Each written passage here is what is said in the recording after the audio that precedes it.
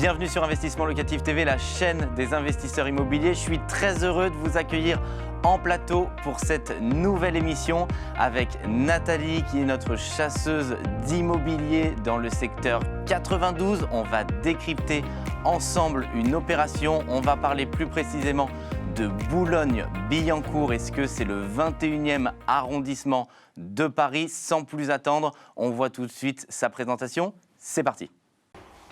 Bonjour et bienvenue à Boulogne-Billancourt. Je vais vous présenter un bien d'un investisseur qui nous a fait confiance. Bienvenue, nous sommes ici dans un T2 de 22 mètres carrés situé à Boulogne-Billancourt qui est le 21e arrondissement de Paris. On est tout proche de Roland-Garros, de l'hôpital Ambroise Paré, du métro bien sûr et de toutes les commodités nécessaires à un bon investissement locatif pour un locataire qui restera bien en place. Là, l'idée de l'investisseur, c'est un expatrié qui est situé à Jakarta et qui voulait assurer l'avenir de ses enfants et se créer un patrimoine immobilier. Et donc, il nous a fait confiance pour investir ici, à Boulogne-Billancourt, dans un T2 de type ce qu'on appelle patrimonial. Donc ici, on est sur un bien qui est situé en rez-de-chaussée sur cour, sur une cour qui est extrêmement calme et bien située et proche de toutes les commodités. C'était un souhait de notre client pour qu'on puisse matcher exactement sur ses critères et sa volonté d'investir dans l'immobilier. Donc ce dont on est particulièrement fier ici, c'est d'avoir trouvé un bien à Boulogne-Billancourt de type patrimonial, donc extrêmement sécuritaire, où le potentiel locatif est très élevé et où on sait que la fréquentation sera à la fois sereine et positive pour pouvoir le louer en permanence et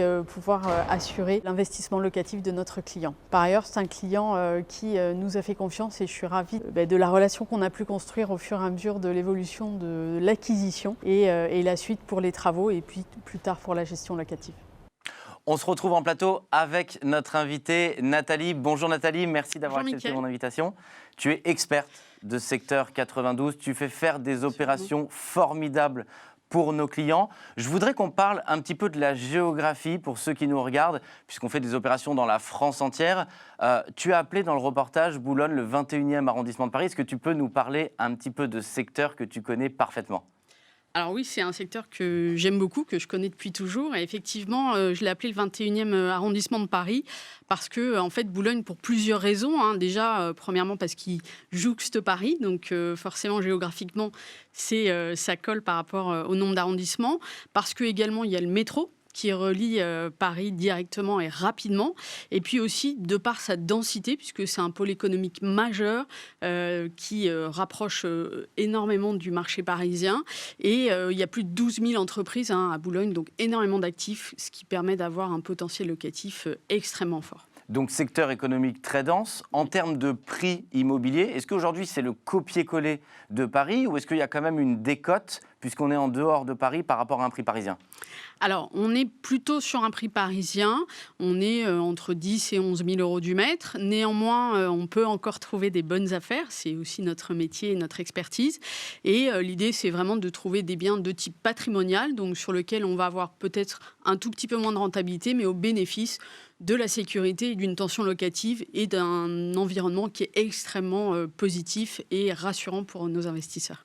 Pour toutes celles et ceux qui regardent, qui ont envie d'investir, la typologie du locataire, est-ce que derrière, c'est un locataire parisien, ça reste pareil? Est-ce que c'est plutôt du jeune actif? Comment est-ce que le produit draine les locataires? Est-ce que tu peux nous donner ton expertise là-dessus?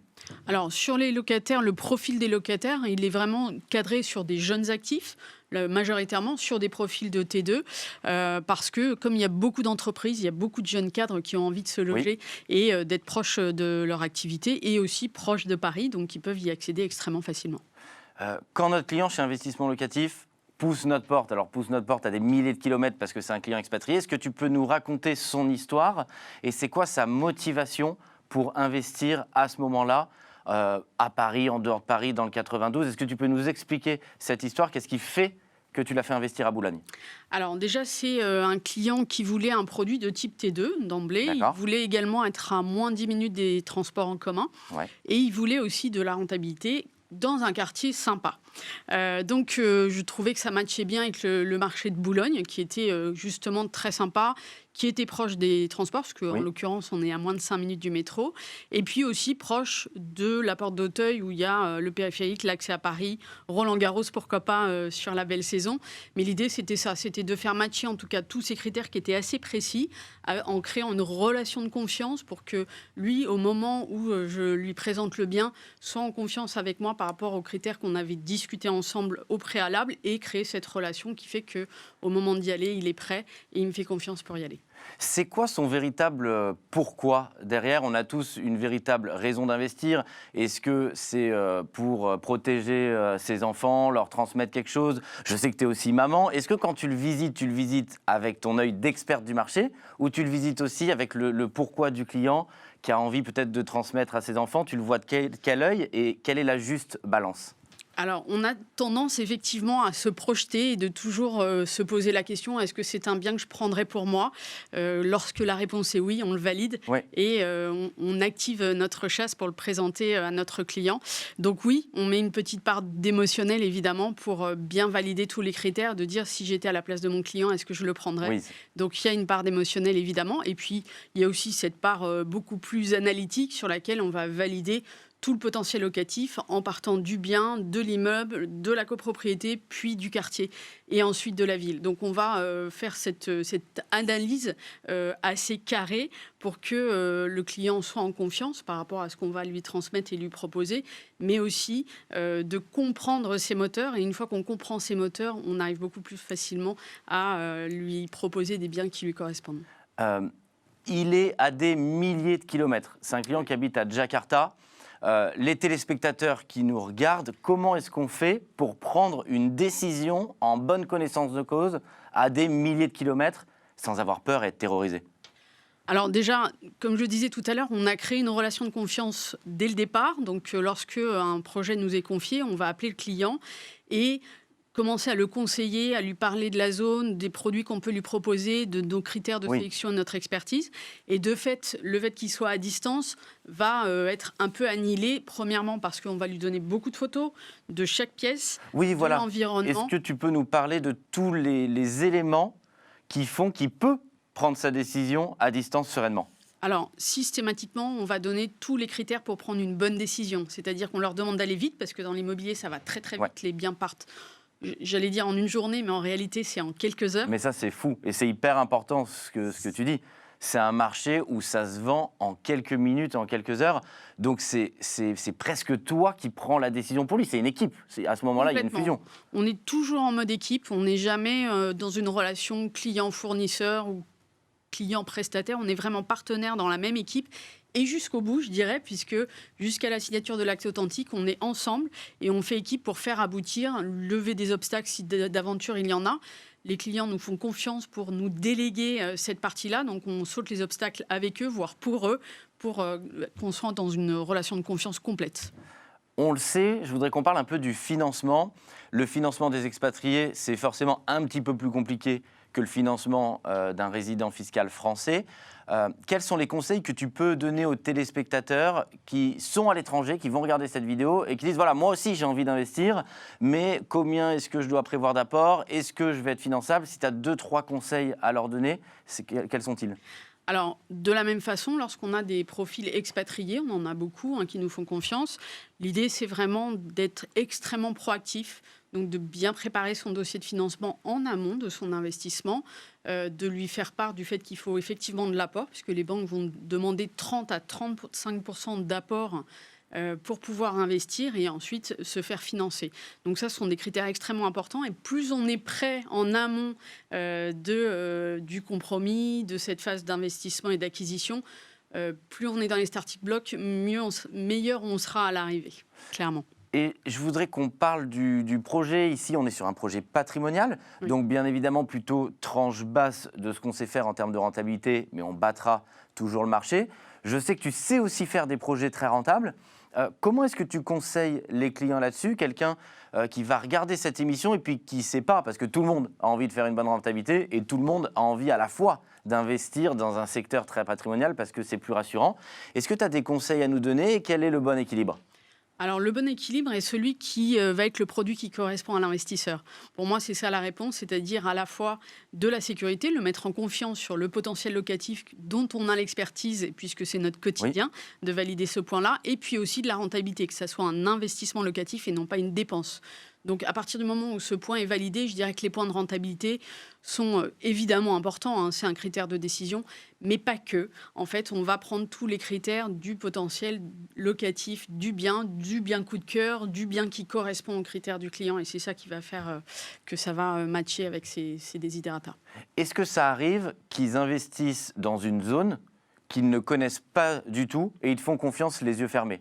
Ou est-ce que tu préfères qu'ils soient finalement aussi connaisseurs de la géographie? Alors franchement, j'adore quand ils connaissent pas, parce que j'aime bien la relation de confiance qu'on crée. Ils savent que je suis tellement enjouée et partante dans le bien. Ça m'est arrivé encore hier où j'ai amené une personne à investir à Nanterre, alors que c'était pas forcément des critères qu'on avait mis en premier, mais je trouvais que ça correspondait complètement à ce qu'elle voulait. Et en 10 minutes, elle a dit oui. C'est quand tu trouves une super opportunité et que tu t'y projettes parce que tu as compris ce qu'ils voulaient? Exactement. C'est vraiment le point de départ, le postulat de base qui va faire que je vais comprendre ce qu'ils veulent pas aussi. On va toujours mettre en avant ces critères-là pour être plus proche de l'entonnoir et du produit spécifique qu'ils souhaitent.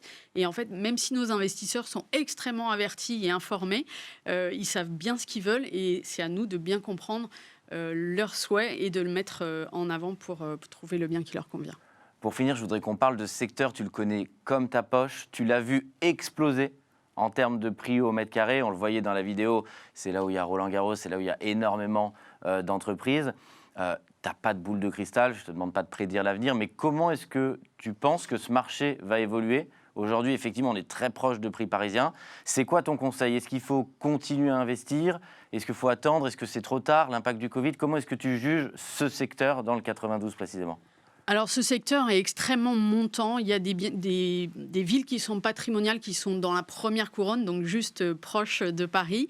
Mais il y a encore énormément sur la colonne Asnières-Clichy, par exemple, qui est extrêmement montante. Donc, des zones sont déjà montées, mais d'autres zones sont très montantes, dans lesquelles je fais investir beaucoup de nos clients et qui me font confiance là-dessus. Puis ensuite, cette deuxième couronne du 92, qui aussi est extrêmement montante. Donc, comme le 92 est un marché de report de Paris, on a beaucoup de personnes qui sont favorables à y aller, aussi dans le cadre du Grand Paris Express. Et je dirais que le Covid n'est pas tellement bêta-bloquant dans le sens où les gens ont compris que c'était une valeur refuge dans laquelle il fallait aller. Et à la fois, sur le 92, on a beaucoup de zones qui sont extrêmement vertes, bien fréquentées, économiquement fortes. Donc, toutes les zones sont bonnes, je dirais. Donc, ça facilite aussi cette réussite. Et est-ce qu'à l'intérieur de ces secteurs, il y a aussi des micro-marchés? Parce que c'est ce qu'on constate, en tout cas, dans plein de villes. Tu vas avoir des secteurs dont les prix d'une rue à l'autre changent, d'où l'intérêt, effectivement, d'être expert du marché et de connaître, parce qu'il y a des grandes disparités. Est-ce que tu vois aussi ce phénomène à l'intérieur de Boulogne ou du 92? Alors complètement, à l'intérieur de Boulogne, oui, puisque Boulogne a énormément évolué. À l'époque, il y avait des zones qui étaient complètement,